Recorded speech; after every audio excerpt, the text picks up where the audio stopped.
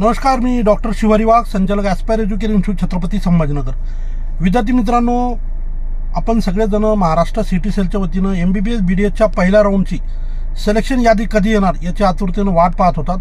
Finally Maharashtra city सेलच्या official पोर्टलवर पहिल्या राऊंडचा जो रिझल्ट जो आहे तो आपल्याला उपलब्ध झालेला आहे. सिलेक्शन लिस्ट जी ती त्या ठिकाणी उपलब्ध झालेली आहे.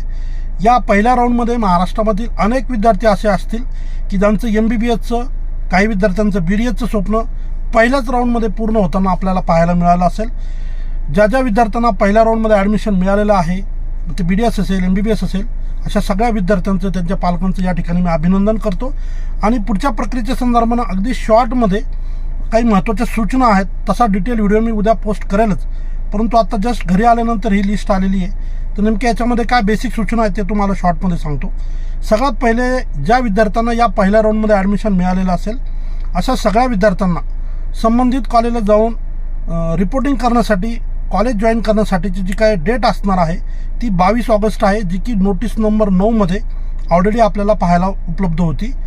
ज्या ज्या विद्यार्थ्यांना या पहिल्या राऊंडमध्ये ॲडमिशन मिळालेलं आहे, जर मिळालेलं कॉलेज आपल्याला फायनल करायचं असेल तर त्यासाठी सुद्धा स्टेटस रिटेन्शन फॉर्म भरण्याची तारीखसुद्धा 22 ऑगस्ट 2025 ही शेवटची असणार आहे. आता सोबत जात असताना सगळे ओरिजिनल डॉक्युमेंट्स कॅरी करायचे, DD कॅरी करायचं आहे. याशिवाय सॉफ्ट कॉपीमध्ये, पेन ड्राईव्हमध्ये सगळे डॉक्युमेंट्स तुम्हाला घेऊन जायचे आहेत. अशा खूप साऱ्या सूचना ज्या आहेत त्या तुम्हाला मी यापूर्वी पण दिलेल्या आहेत. उद्या परत डिटेल व्हिडिओ मी पोस्ट करेलच. तुर्तास महाराष्ट्र सिटी सेलच्या वतीनं सिलेक्शनची यादी आलेली आहे आणि ज्या ज्या मुलांचं MBBSचं स्वप्न, BDSचं स्वप्न या ठिकाणी पूर्ण झालेलं आहे यांचं परत एकदा अभिनंदन करतो. ज्या विद्यार्थ्यांना या पहिल्या राऊंडमध्ये ॲडमिशन मिळालेलं नसेल, घाबरून जाऊ नका. पुढच्या राऊंडमध्ये आणि त्यानंतर होणाऱ्या सबसिक्वेंट राऊंडमध्ये तुम्हाला परत प्रयत्न करता येईल.